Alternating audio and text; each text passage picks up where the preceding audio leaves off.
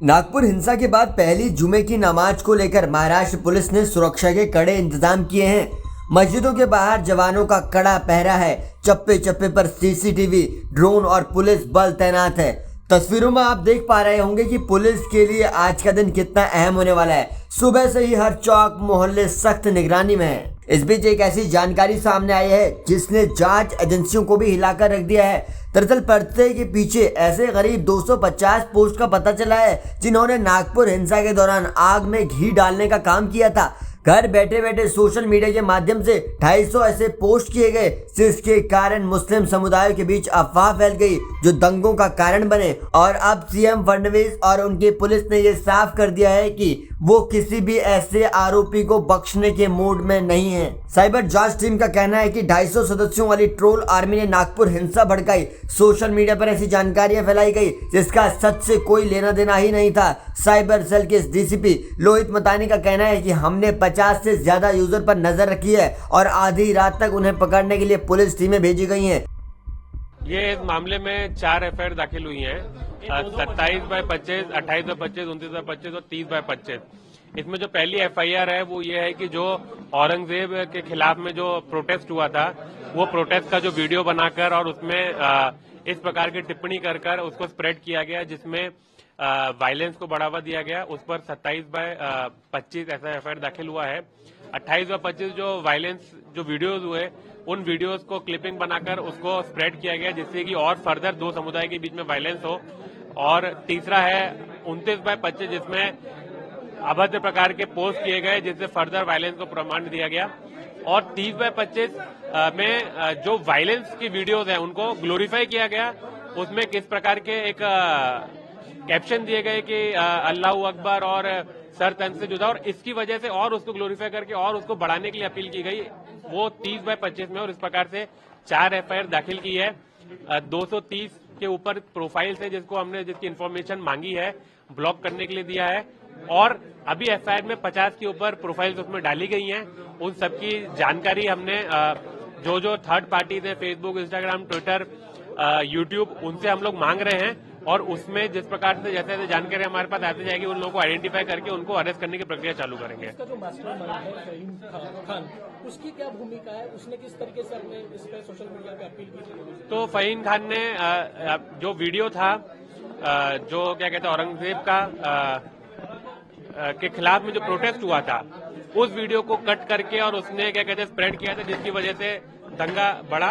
और जो 30/25 में भी उसका नाम है जिसके अंतर्गत जो वायलेंस वाले वीडियो थे उनको ग्लोरीफाई करके उसने दिखाया था।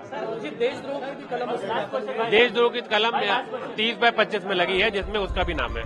नागपुर हिंसा पर महाराष्ट्र सरकार सख्त रुख अख्तियार किए हुए है। सीएम देवेंद्र फडणवीस पहले ही साफ कर चुके हैं कि एक एक दंगाई का पूरा हिसाब होगा। उधर डिप्टी सीएम एकनाथ शिंदे भी इस मामले में काफी हमलावर हैं। औरंगजेब की मजार के पास हिंदू संगठनों के धरना प्रदर्शन के दौरान यह हिंसा भड़क गई थी। सोशल मीडिया पर ऐसी जानकारियां फैलाई गई कि मजार की चादर को जलाया गया जबकि ऐसा नहीं किया गया था। इधर मौलाना बरेलवी ने फिर से एक विवादित बयान दिया है जिसमें वो कह रहे हैं कि नागपुर हिंसा की वजह हाल ही में रिलीज हुई मूवी छावा है जिसके अंदर औरंगजेब की छवि को तोड़ मरोड़ कर पेश किया गया। सुनिए अब उनका पूरा ये बयान जो विवाद में है। और इसके बाद एक मुहिम अब छावा मूवी पर बैन लगाने की भी चल पड़ी है। फिल्म छावा के संबंध में मैंने गृह मंत्री अमित शाह जी को एक पत्र लिख करके मांग की है कि ये फिल्म ऐसी है जिसको देखने के बाद नौजवान उत्तेजित हो जाते हैं, भड़क जाते हैं और इसी वजह से नागपुर का दंगा हुआ। नागपुर के दंगे की अगर मुजरिम है तो ये फिल्म छावा है। इसलिए इस फिल्म पर रोक लगाई जाए, प्रतिबंध लगाई जाए और इसके डायरेक्टर, प्रोड्यूसर, राइटर, इन लोगों के खिलाफ कानूनी कार्रवाई की जाए। इस फिल्म ने औरंगजेब बादशाह की तस्वीर इस तरह पेश की है कि उससे हिंदू नौजवान भड़क रहे हैं और उत्तेजित हो रहे हैं। और ये तमाम चीज़ें हेट स्पीच के दायरे में आती हैं। और हेट स्पीच के सिलसिले में सुप्रीम कोर्ट ने स्पष्ट आदेश दिया है।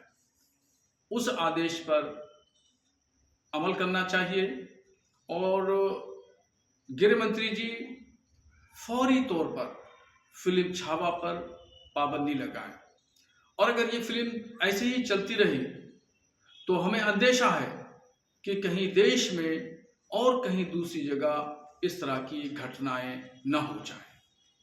जिस दिन नागपुर में दंगा हुआ, मैंने मीडिया के माध्यम से फौरी तौर पर अमन शांति की अपील की और साथ ही नागपुर में जो मस्जिद के इमाम हजरात हैं उनसे संपर्क साध करके मैंने उनको अमन शांति की बहाली के लिए अपीलें करने के लिए, लोगों को मोटिवेट करने के लिए, समझाने के लिए मैंने उनको लगाया।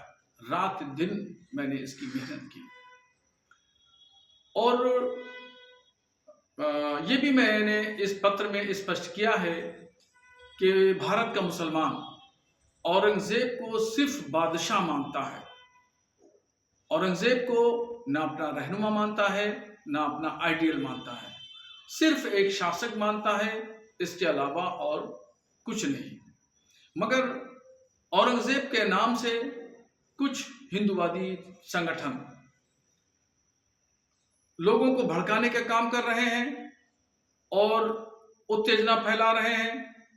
इन तमाम चीजों पर भारत सरकार को चाहिए कि गहराई से नजर रखे और कोई भी शख्स हो, किसी भी तबके का से ताल्लुक रखने वाला हो, चाहे हिंदू हो या मुसलमान हो, कोई भी शख्स अगर कानून की खिलाफ वर्जी करता हुआ पाया जाए तो उसके खिलाफ कड़ी से कड़ी कार्रवाई होना चाहिए।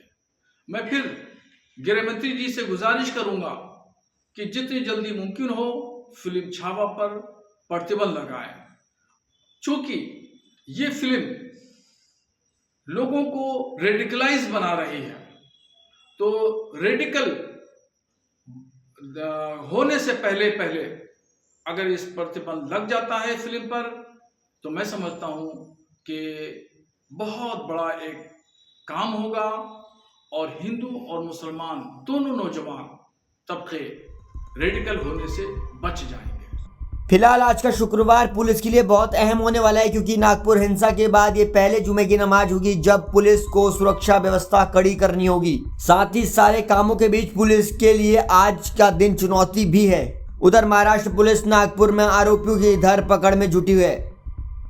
इस पूरे वीडियो पर आप क्या सोचते हैं कमेंट बॉक्स में लिखकर बताइएगा और देश और दुनिया की खबरों से अपडेट रहने के लिए जुड़े रहिए जनसत्ता के साथ।